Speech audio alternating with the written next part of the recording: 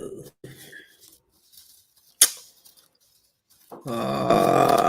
right, we're live.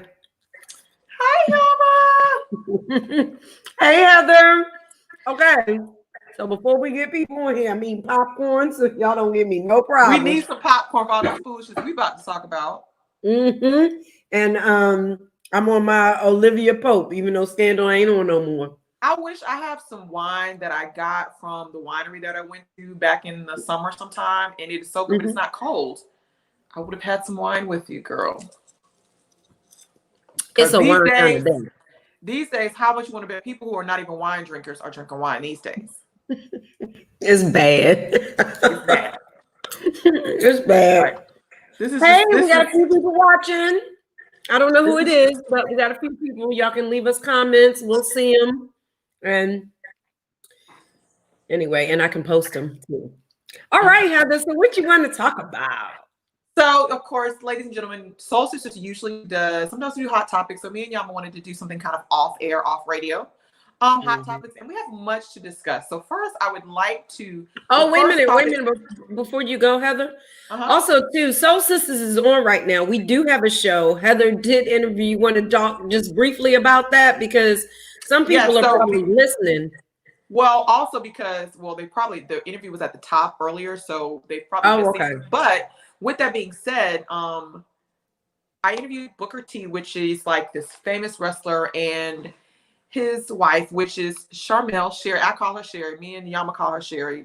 We've been friends for years and years and years. And he is doing some awesome things with wrestling school. They have a show called Reality Wrestling that comes on. Actually, when I was in Houston last week, I got to actually go to a show. I was like, wow. So it's really good. And so the interview was awesome. If you missed it on Dash Radio, it comes on again Thursday and Saturday. So just the fact that, talking to them, both of them as being African Americans, because historically, wrestling is not a sport that we really have been able to take part in.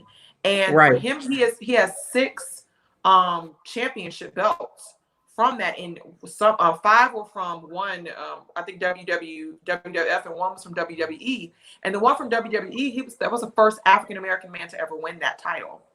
So we kind of talked about what that was like to be in that environment, and basically kind of paying it forward and letting people know, hey, you can do this. Kind of almost like the Bubba Wallace, like he's there's not a lot of black people in NASCAR. So I just think that it is awesome to see us break those barriers in sports that other than football and basketball. Like we can do more than that. Which Venus and Serena showed us that early on, and now we have the younger girl right now that's winning everything in tennis that was not customarily African American sport. And so we have NASCAR and we have wrestling. So I just really wanted to talk to them about that. So it's a great interview. Comes on again Thursday, comes on again Saturday. You guys make sure you listen. Make sure you tune in in case you missed it. But anyway. All right. So go ahead. Like you like to call him this fool. Am I in the twilight zone? Am I in a space where a leader, a grown-up, a supposed adult, takes no responsibility for his actions? And the fact that when you are a leader, lots of times people do as you do. Right. So the fact that our president put himself in a space where it was even possible for him to even get COVID-19 is ridiculous.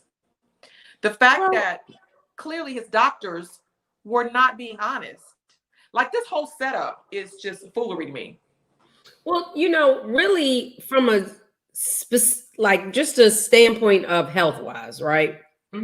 What we all know, what we've all been told, if you get diagnosed with COVID-19, then you have to quarantine, at least from your time that, you were known to have it, right? So quarantine for those 14 days. And they say at the very least 10. So, and to quarantine, unless you're in the hospital, don't come in contact with other people. That includes the president. But I feel like, why is he not quarantining? I just don't understand what he's doing. I believe that they're lying. This is just my personal opinion. Y'all can like it or not like it.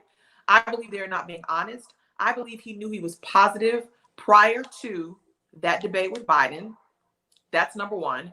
Simply because what the White House has put out all these months is that he gets tested daily. So that's number one. Number two, the moderator, he basically said that everybody was to be tested once they got there to the debate site, right? All of a sudden, Trump and his entire entourage, they arrived late, so they couldn't get tested. How you arrive late to like one of the biggest events in your, political career? I don't buy it. Either you're lying about the fact that he's tested daily, or you're lying about the fact of when he knew he was positive. That is a lie.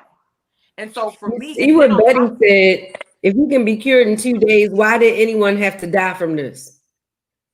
Because he is not cured. Okay, so I'm not the. She's playing devil advocate. We know she's being facetious, but it's like, come on.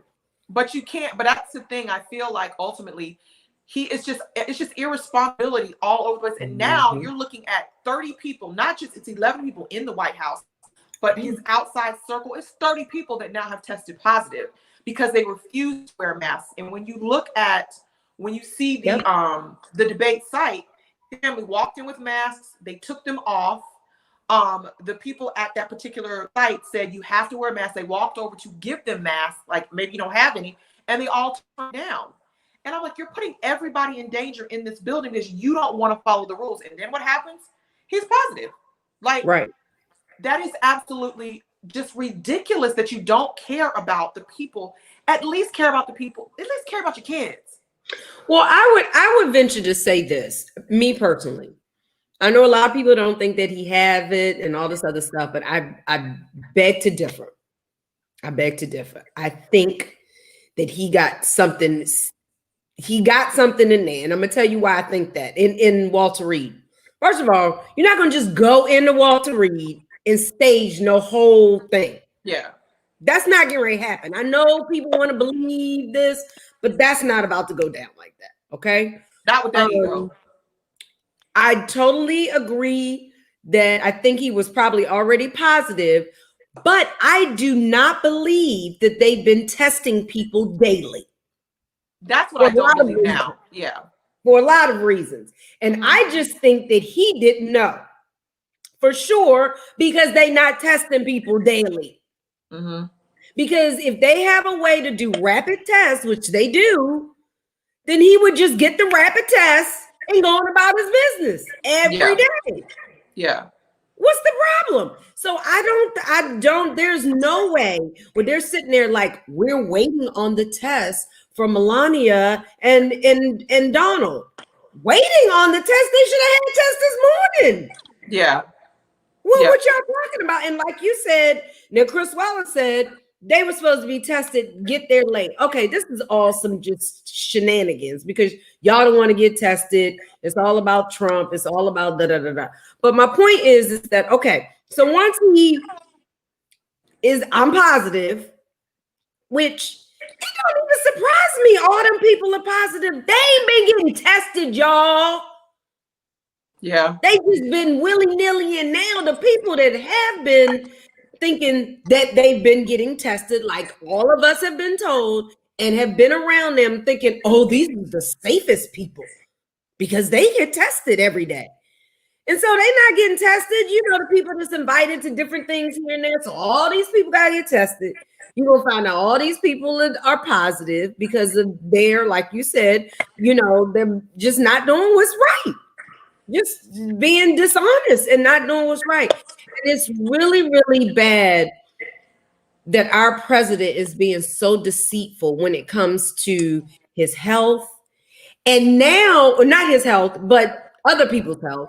And now you want to take away people's possibility of helping them get through this COVID crisis, not face evictions, not lose unemployment. You're going to sit up here and say, nope, no stimulus talks, no more until after the election.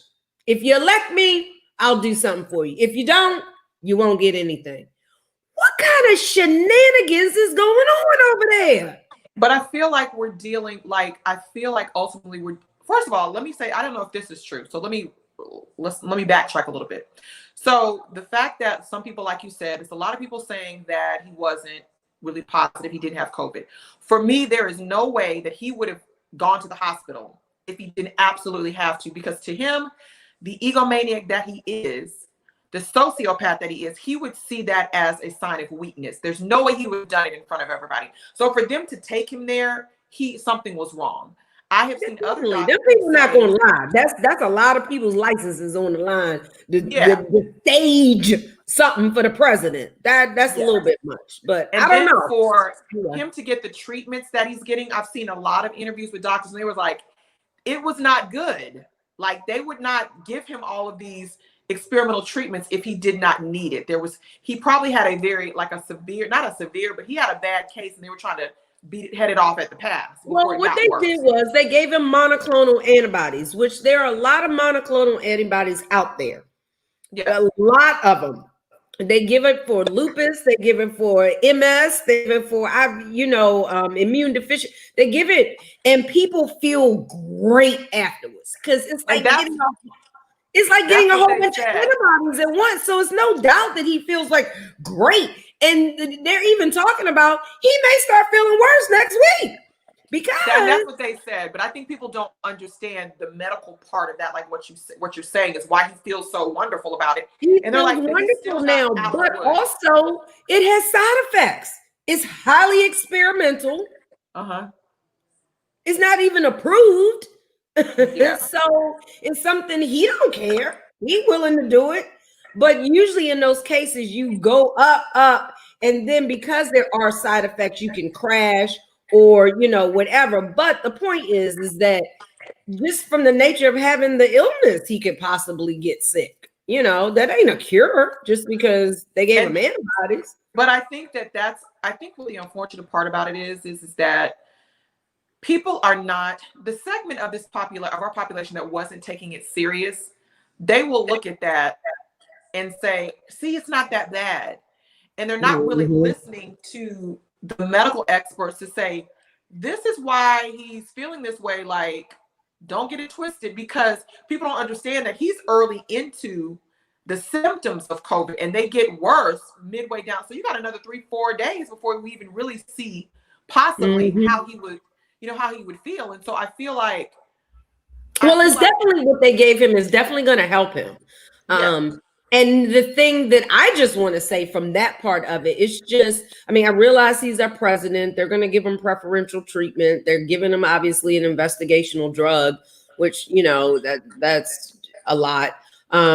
But he's not getting the normal treatment as everybody. So for him to come out and be like, we can beat this, it's no big deal. It's like you do everything else everybody else doing.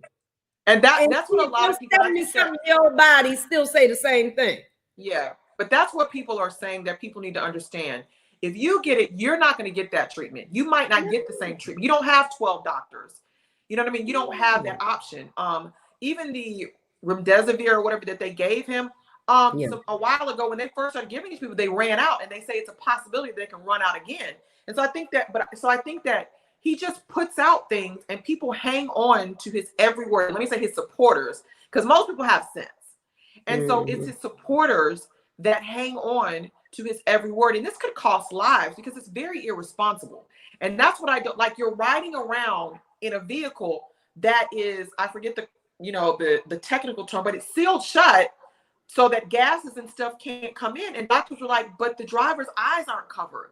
Like, there's a million ways that we don't know how it can even though he had a mask inside of that type of thing, that a mask is not going to be 100% effective because it's sealed purposely.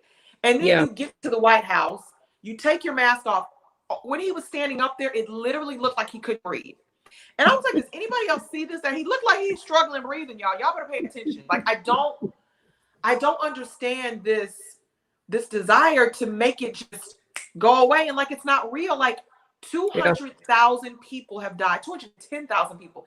And even if you say the numbers aren't real, let's just cut that in half. 100,000 people in the span of 7 months is too much.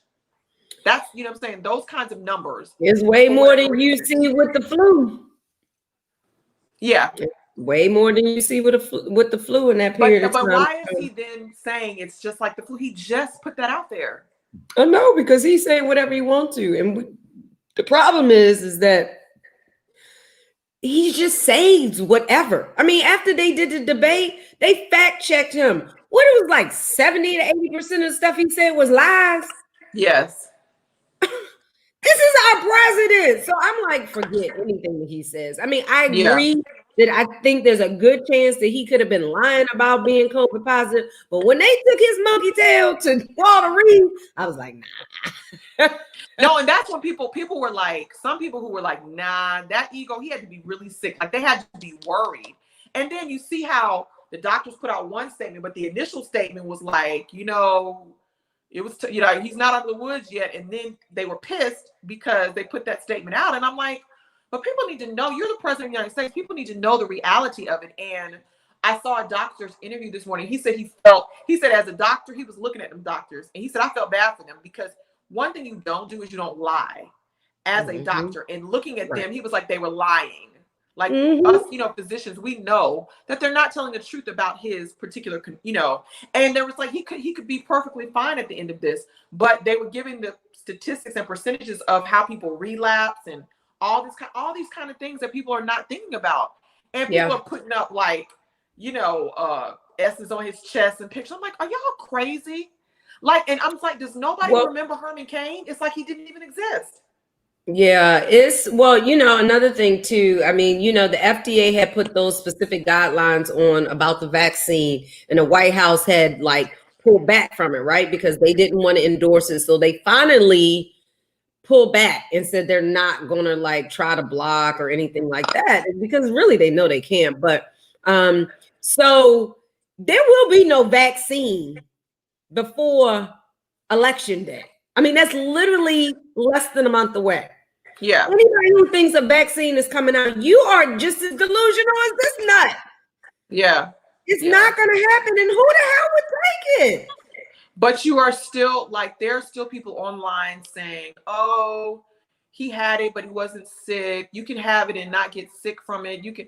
I'm like, that man is 70 some years old and obese and whatever pre-existing conditions we don't know he has. Like there's no, you know. That's exactly why they took him and gave him that treatment and gave him that Remdesivir and gave him steroids and all of that stuff. You ain't heard nothing. Somebody asked about Melania. You ain't heard nothing about her because she ain't sick like him. She home, chilling, quarantining, and taking care of herself. She ain't thinking about that. When I saw the report about the stimulus package, so this is the running theory as to why he turned around and did that. One of the largest financial institutions in our country, Goldman Sachs, put out a statement and said that the Democratic stimulus package is a better package and it will do something for the economy quickly.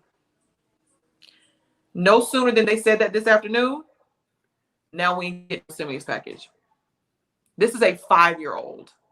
And the stocks drove to the ground because he said that. This is a 5-year-old. You're mad because people who professionally know finance are saying the Democrats have a better stimulus package. And you're mad that they didn't pick yours. So now these people are in food lines. These people are getting ready to get evicted.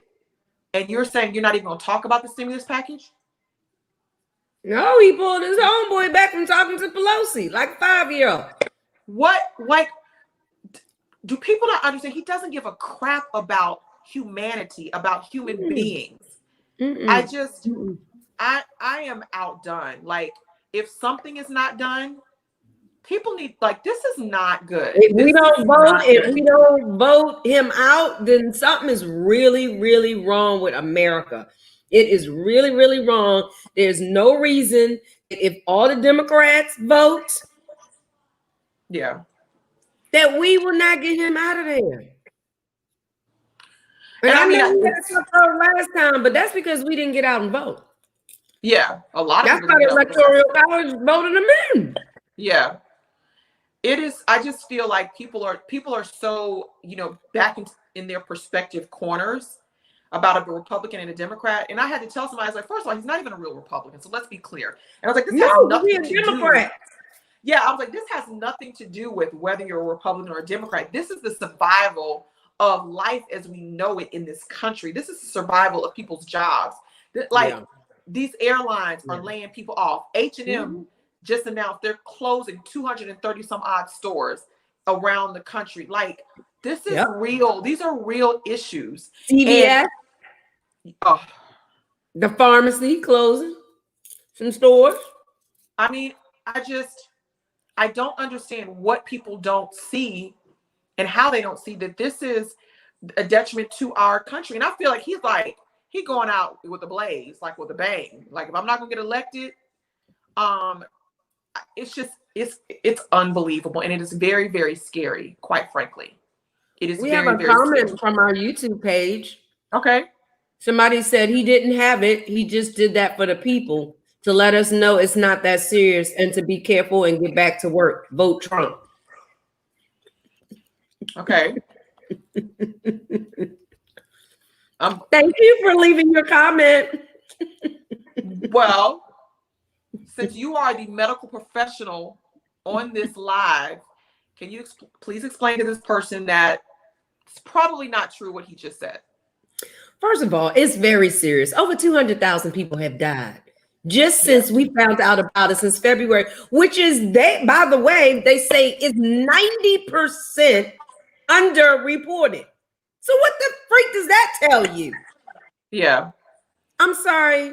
I'm sorry. If you love Trump because he was a reality star and all this other stuff, that's your business. But as a president, he's horrible. And he damn sure enough is not a medical professional. So he does not know what he's talking about. So it's very serious. Don't vote Trump, vote Biden. Yeah, Biden Harris. Yeah. Speaking of Biden Harris, can we talk about the vice presidential debate that's going to be going on tomorrow and the shenanigans with the plexiglass? Why does he not want plexiglass? These people are crazy. These people are and at first he agreed to it, then he said if she wanted, she could have it, but I don't need it. And you have been in direct contact with this fool for days on end. You could test positive 5-6 days from now, for all we know.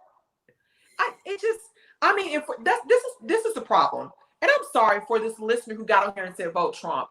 Something is wrong. Well, the thing of it is that some people won't get affected, but the problem is that you don't know how you're going to get affected.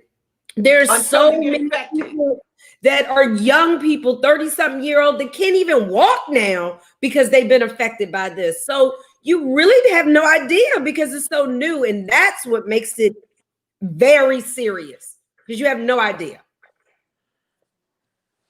But my thing is that he has now been proven to be a liar. He has now been, like he's on tape, lying. Mm-hmm. Like we hear that he's lying because he knew it was airborne. How do you know a fatal disease? He said it's nasty stuff. It's worse than the flu. But then you turn right around and say it's like the flu and you don't need to wear masks. Well, okay. How do logical people listening to that alone, how do you make sense of that? So pass him. Pass him. Vice President Pence said he don't need no plexiglass. Why? He said he don't need no plexiglass. I guess Senator Harris will have one, and we will see this debate tomorrow. This will be interesting, I'm sure, to say the least. I just think it's so crazy to put her in danger. Like, well, I mean, he's been tested. He's negative. Yeah, but they also said that doctors have said, yes, he's negative now, but he really should quarantine because that could, you just don't know. Yeah. He should be in quarantine. They should be postponing, in my opinion, the debate. And they should be first of all, it shouldn't even be another presidential debate. For what? So everybody can be frustrated as hell. and listen to him lie and interrupt people and say a whole bunch I'm of definitely not watching another one. I'm definitely not watching the presidential debate. I only want to see the vice president presidential debate, but I'm definitely not watching another one. Yeah. Absolutely not. My brain cells don't even have time for that shit. Well, I would just say, let's just pray for our country, because I just think that people are not. I think I don't know. I don't. So voting, people's absentee ballots, send them in if you're gonna send them in. If you have to, I would say the only people, please, that's gonna send them in are people that just can't stand in line because of COVID, or they're elderly, or they just immunocompromised. But if you can stand in line and you can early vote or vote the day of, please do that. I just don't trust these damn. Well, my friend works for the elections board in DeKalb County, and what she said was, she was like, early vote. She said because if a bunch of people vote, later, or it'll take them 2 weeks to count all these votes based upon the registration that we now have, and they can just tell that around the country.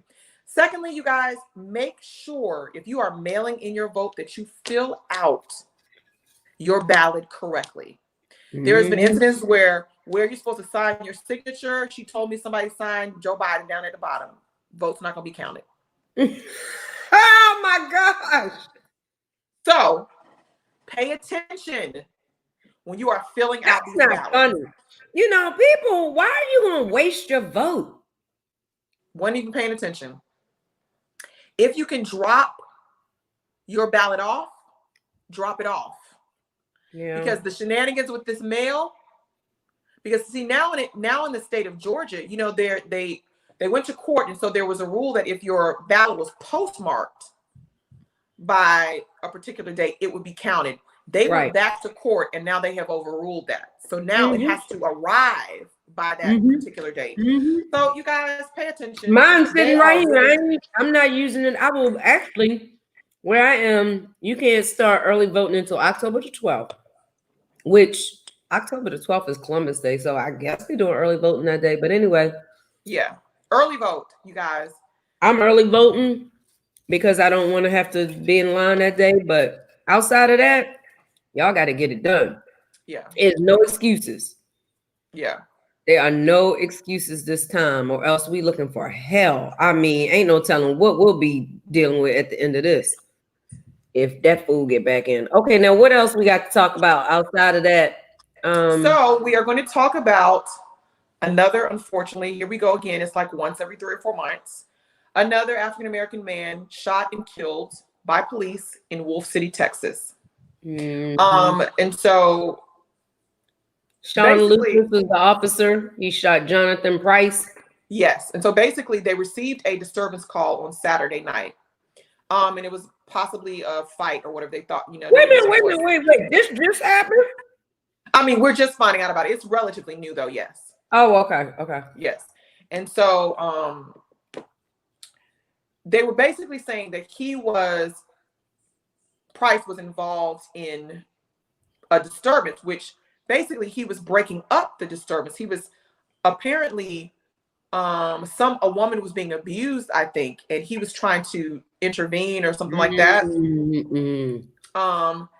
And they're saying he resisted in a basically what happened is that the police officer has been now arrested. And it's $1 million bond. He's been charged too. Charged. He's been arrested and charged. So basically what they came to is that he resisted in a non-threatening posture, and he just began to walk away. And the officer did it with the stun gun first, and then shot him, and then he died at the hospital. I mean, I don't understand.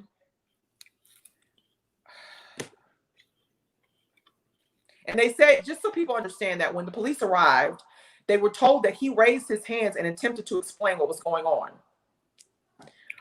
And then, police fired a taser at him.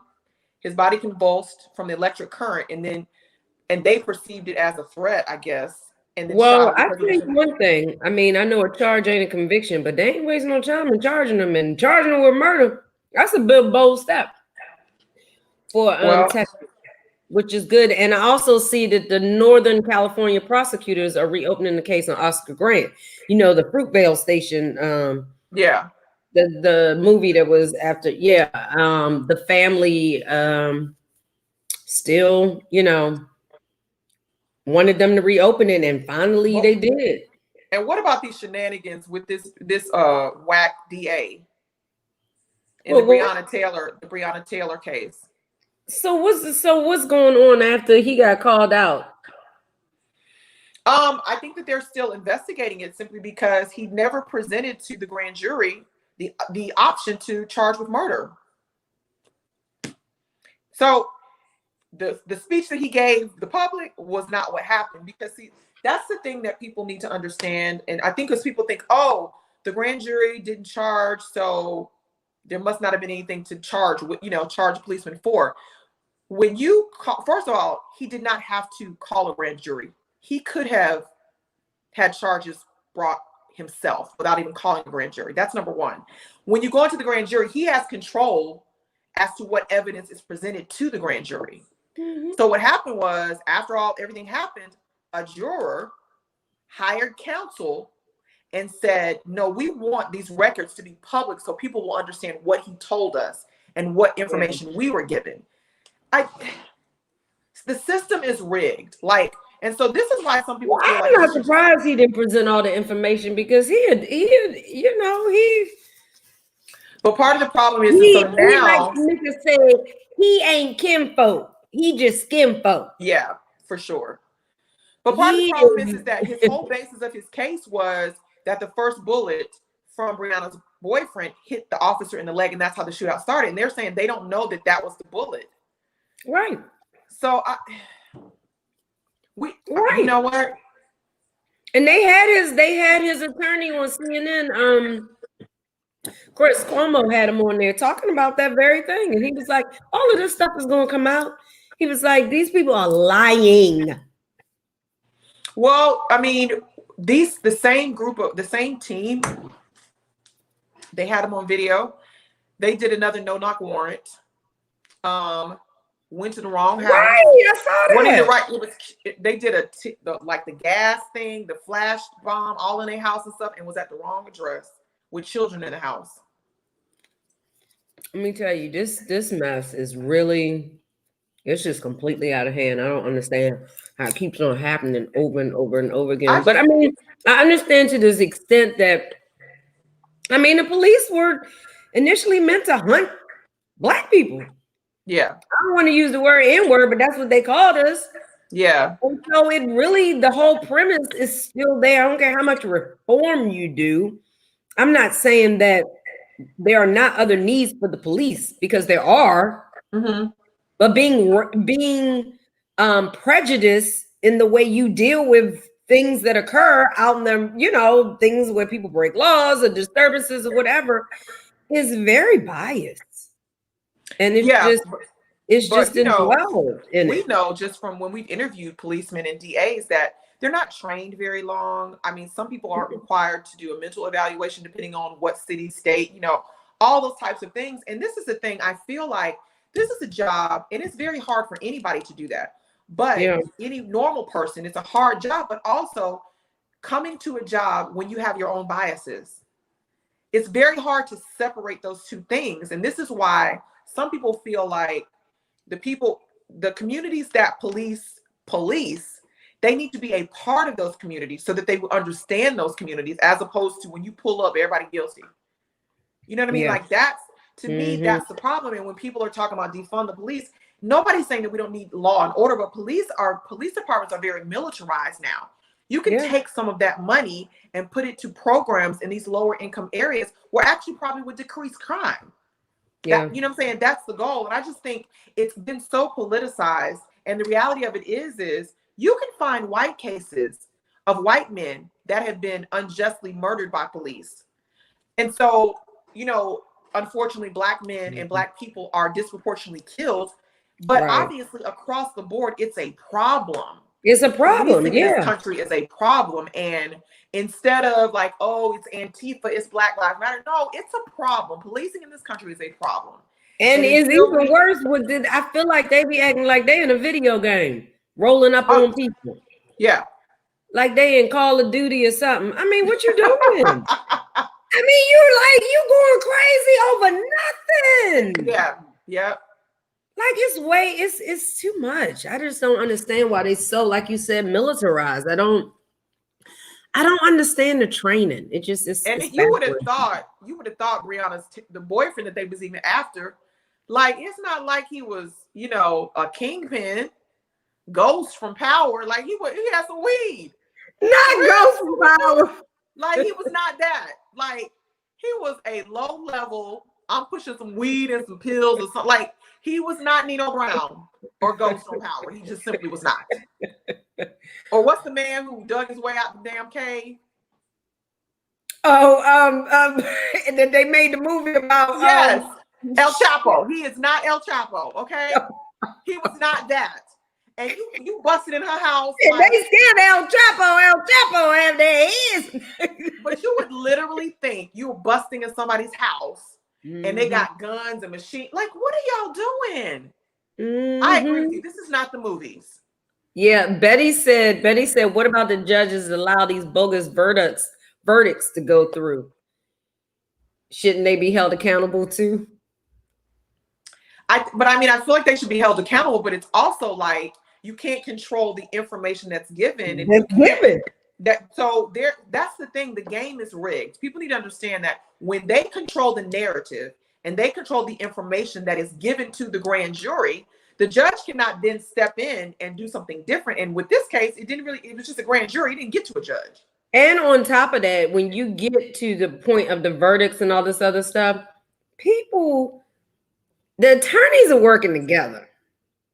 Even though they're on their opposing sides or whatever, they are always constantly working together, either going to do a plea deal, you know, or something. That's usually what they want to do, you know, to not have to, unless they're just a trial attorney, then they want to go to trial. Those kind of people want to go to trial because they want to win each time. But a lot of times they try to, you know, settle out. And I don't know. I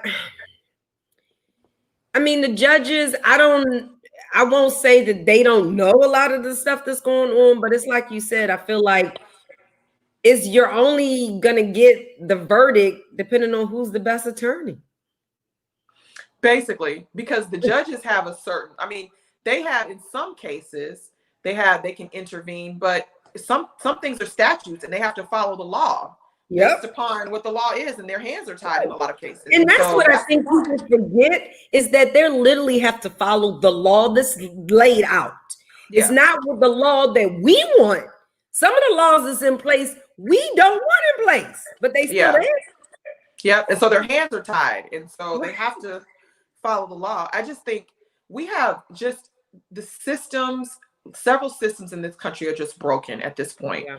And, you know, like, the police department in New Jersey, they just fired everybody and started over, and literally have lower crime and better statistics than that whole state in New York, in New Jersey. I'm sorry. So, you know, that's something to think about, because we have a real problem in this country. And I feel like, again, people are so tribal and we go to our perspective sides. And I just feel like those that are non-Black, or you're not a person of color, you don't understand what that interaction is with people of color, because that's not something that you have to experience. And I really feel like, put your listening ears on and just be quiet for a second. Just try to understand. And I see a lot of white people leading the charge in that, to say, hey, I don't understand. Well, let me look at it from this point of view. What do you have to say? And well, they definitely are out there, and they're definitely protesting. A lot of the freaking protests are mostly white folks, young white people. So I will say that about that generation. I don't know so much about the people. I got to tell you, it's a lot of people in our age group that I'm very disappointed in. Yeah. White folks. Yeah. Very disappointed. And some of my friends. Yeah. Like, I will say 2 words to you. And if I've said 2 words to you, then you know why. Yeah. Because y'all not doing anything. These young people who know you so much, it's the older people that usually know people of influence and all this other stuff that can help get things done. And I just don't see a lot of, I see a lot doing it, but I don't see enough. Yeah. Yeah, it's just change has to come from the inside out. And so we can't change nothing. Because we ain't in control of nothing. Yeah. I mean, some of us, yes. The Attorney General of Kentucky, yes. But he needs to go to. I feel like you said, that's going to come out. And I hope, honestly, if he has been dishonest and he has not tried to uphold the law, I want him to lose his job. And I really want him to go to jail. Oh, they're going to come for his job. If he's shown to be negligent on this, they're going to come for his job. Until freedom going to come for his job. Yeah, like it's time to go. It's time. It's way past time. Yeah. So our last topic that I would like to talk about is the shenanigans of Real Housewives of Potomac. Oh, I thought you was about to talk about NeNe, because I'm I'm going to start there, but we're gonna get into the Potomac. We're going to end on that. But what's crazy to me is, and people need to pay attention when you're voting, because Ruth Bader Ginsburg, this is one of the things that she did. She fought for equal pay with women. Mm-hmm. And so I'm going to round this back to NeNe in the sense that, they're saying she's not going to be on this season of Real Housewives. And she said she felt very disrespected. And there was NeNe. And so there's pay discrepancies and things like that. And other women have come out and said that they are not paid the same as their white counterpart. Mm-hmm. Now, the Black franchises of Real Housewives is the most popular franchises. And that would go from Atlanta to Potomac. Why are we still, even in reality TV, being paid less? Why? Because we're the most disrespected person on the face of the earth. Why would you? It hasn't changed because people in power, people in positions to change and make a change will not. That's it. But my thing is that NeNe really put Real Housewives of Atlanta on the map. You had other cast members, but she was the breakout star. She has been considered a fan favorite for 10 plus years now. How would you not pay her what she deserves and give her spinoffs? How? I don't understand that. I have no understanding of that. I just feel like I don't know. It's got to be something.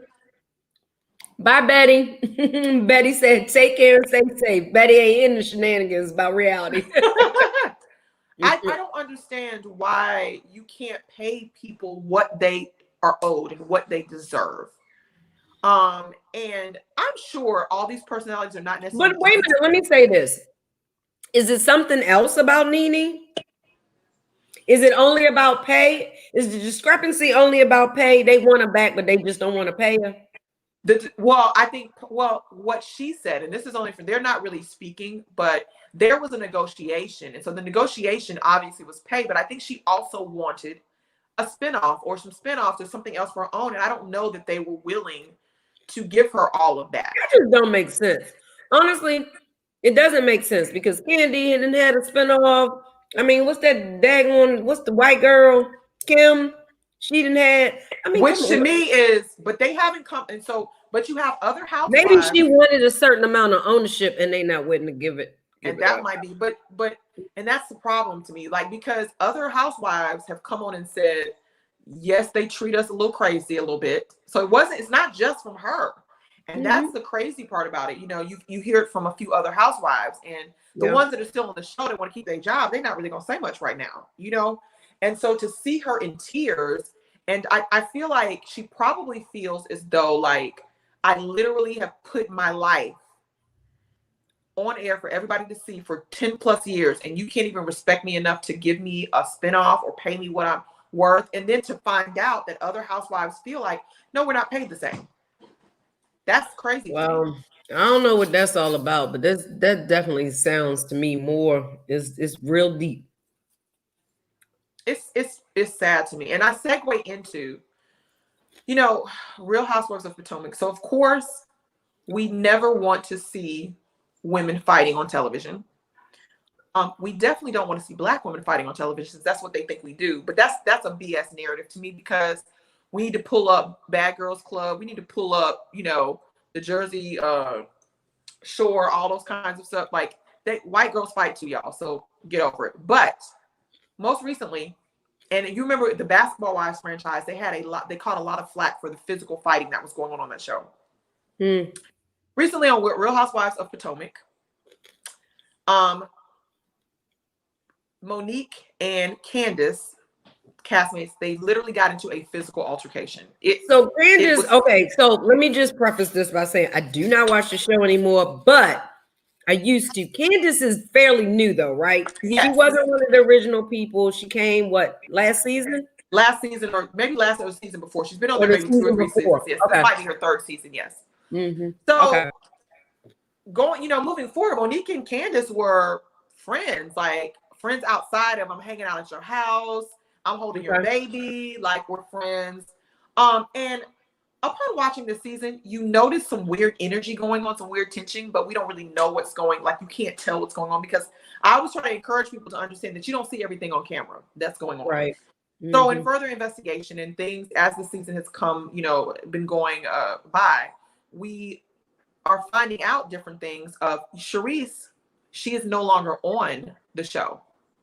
She was one of the original Potomac Housewives. She was also very friendly with Monique, but she's no longer on the show. But she's been on the show, right? Yes. Okay. But she's no longer on the show. And so come to find out, her and Monique were close friends as well. But apparently there were some rumors going around about Monique. And apparently this has been going on for like 2 years. So mind you, the entire season last year, Monique was pregnant with her 3rd child. Right. And her husband is Hall of Famer football player Chris Samuels. And so, like when they went on the group trip and stuff last year, she couldn't go because she was pregnant. She was very far along in her pregnancy and she had a difficult pregnancy. So fast forward to this season, Monique, you know how you have some friends who get jealous when you become successful? So apparently she had a friend that was not on the show, was not a castmate on the show, had started writing letters to producers and claiming that Monique was having some kind of affair with her trainer. And Monique is saying that this is a friend of hers for 14 years. So she's reaching out to castmates. She's reaching out to producers of the show. That's such crabs in a barrel mess. I was like, first of all, who would do that? Ignorant. With that being said, it's Monique's feeling that Charisse was trying to spread it out throughout, the DC Potomac and put it out there. And they were really trying and this is the thing, they were trying really hard to get it on the show. But Charisse is not on the show. So Andy, of course, from Bravo had a baby and he has a baby shower. So after the baby shower, they all go to lunch or whatever. And all this, why is he, oh my gosh.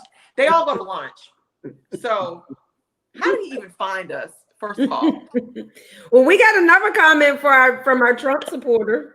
Oh, okay, I can't. I don't do Trump supporters. Okay, vote Trump, whatever. That's not what she said, or who said. They said they got us Black women looking so bad and no family. It's sad. Talking about television. Well, I agree. I think the depiction is unfair because I don't think it's a full scope of what we are as Black women. Right. And I think that they do that. Like I said, you see them Jersey Shore people fighting, drunk, all kind of stuff all the time. But I think that's a good point that goes back to what you're saying, not just about being underpaid, but then undervalued and what we look like on TV. And underrepresented, like representing the entirety and the fullness of who we are. Because it's not to say, I'm sure people get in fights, but they do a lot of other things on these reality shows that are really positive and they don't show them. I ain't got no physical fight with no woman since I've been out of high school. Yeah. But this is the thing. I think to me what was so, I think that like you start kind of not watching some of it because sometimes it's as voyeurism, it's entertaining to watch somebody else's life sometimes. But when it becomes vicious and kind of like you're trying to make stuff up to pull another woman down. So for me, the whole thing was very disappointing once I found out what was going on. And meaning to say that they all went to, a dinner and Monique was not there. And they literally sat there, and I'll say one person in particular sat there and was saying they were going to try to put out there that her baby was not by her husband. Oh my God. That it was by her trainer that she was quote unquote having an affair with. And I was like, why would would you just make that, like, that's a horrible thing to do to somebody. Now, the problem is that Candace, who's supposed to be your good girlfriend at your house, skinning and grinning with you, her response in that meeting was like, nobody will believe that. The baby looks just like Chris. Is that all you have to say? Yep. Man, if I was sitting at a table full of women and somebody said that about you or about Jerry, I'm going off. But it's just it's all to get a rise out of each other, and that's the problem, is that I'm not going to say we're angry Black women, because I don't feel, like you said, there's a large narrative. We're not all like that, and that's part of the problem, is that there's problem solving skills, which a lot of these people, I'm not going to say they don't get a chance to show, because it's constant salt and shade being thrown in by not only other castmates, but by the producers. Yeah, for sure. All kinds of stuff that's going on. That's why I asked the young lady that we talked to from Love and Marriage Huntsville, would she do it again? And she said no, because it's not right. It's not, a lot of it's not right. That's why I look at the Masked Singer and shit like that. Because I'm just saying, it just, at some point, you got to get tired of looking at this BS and bringing that into your spirit, because it's not even really, it's not good TV. And I don't even know how the hell they have so many ratings. But I feel because, but the thing about it is, I think that, to me, knowing that, because that did not play out on television. And so all these things came to fruition once the season started, and some people were going on live saying what happened. And I thought to myself, that's just really disappointing. But it happened because of TV. It happened because you have people that are so jealous of her, and either she's not letting them in her circle no more, or just jealous of what they see, that they'll be willing to make up something to try to break her and break her stuff down. And that's horrible. To me, and let me say this, they say the person that came up with this idea to do this was Giselle. So I'll just say that. And historically, Giselle has always had a problem with Monique. I have no idea why. I feel like it's some envy or some jealousy there. But that, to me, was a turnoff for me. So it was really, really disappointing. So when you fast forward and you see the tension between Monique and Candace, I understand, because if you were my friend, not only would you have shut that whole conversation down, like, your input would have been, nobody will believe that. Like, that's your input. She didn't tell her either that that's what they were trying to do. She did not inform her friend that that's what was happening. So now when you fast forward now, there's a fight that breaks out. You're messing with somebody's family. You're messing with somebody's children. This is not, like, unnecessary. But the lies always happen. Just think about the stuff that happened with Candy. They lie on people all the time. Like, these people that are on TV are not exempt for folks making up stuff, and actually even more so because people are so jealous. It's unfortunate, but this shit is going to keep on going on. I feel like there's a level that you just don't go. You don't mess with people's families, their marriages, You wouldn't go because you got good about yourself. But it's a lot of folks that's going to go to the gutter, baby. I mean, it's just, and to me, I feel so bad because Monique is catching so much flack because of the fight. And I'm like, but people need to understand. And she keeps saying, just wait. You will see as it all plays out. And one of the things that she has said in interviews is that she did not bring it on the show because she did not want to give it life. Because that's what they wanted her to do, is to bring it up. Oh, you said this. And she's like, I don't want to give it life because I have a new baby, my husband, like, I have other people to think about that they didn't ask to be a part of this. So I don't want to drag them in this. And so that's why she didn't say anything. And so now I understand. I don't agree with physical violence, but, you know, sometimes when you get in these secluded, protected areas, you think you can say and do whatever you want to do. And when you get popped in your face, it's a problem. You know what I mean? Like, anybody else on the street would have punched Candace in her face. You can't say and do what you want to do. Like, Candace's mom popped her in her face. What do you expect? And so I just think it's disappointing. All of it's disappointing. And, you know, our friend Jamal was on. He's made an appearance on the show. And it's so sad. I think it's so embarrassing. And it's so sad because it's the time when they did the grand opening for the kids at the Arizona restaurant. And so apparently Giselle never informed her father that she was seeing Jamal again. historically, some history to this is that she has now told everybody that when they first got married, her father did not walk her down the aisle because he disagreed with the marriage. Okay. So at this particular grand opening, they're having dinner. The father's there. The kids get up and walk away. And she proceeds to say how, I've seen growth in him. We've been dating, this and whatever. And he's like, well, I just want you to be happy. And then he says, I have to go to the bathroom. So he gets up, and I guess he forgot his mic was hot. Because he went to— What Papa say? Papa done said, she don't need to be doing it. He got 6, 7 baby mamas. This is not what she need to be doing. I'm not dealing, I was like, oh my God, why did not somebody tell him his mic was still hot? Because they wanted him to say it. And then the sad thing is that— well, not say it, but they wanted to catch whatever he was going to say. And he was like, I'm done. He said, this is not going to be good for her. This man got 6, 7 baby mamas. And it just went in. And so, of course, the internet went ablaze. Because not only did they go ablaze because of that, in the whole fighting situation, they won't film with Monique anymore. And so they had this whole meeting, and she, Giselle proceeded to say how you make Black women look bad. And me and Jamal, we have an image to uphold. What's she say that for? Oh, that's why she getting dragged about that. Yes. So all of these things are happening. And I'm like, y'all, but see, sometimes what you put out in the universe, you get back.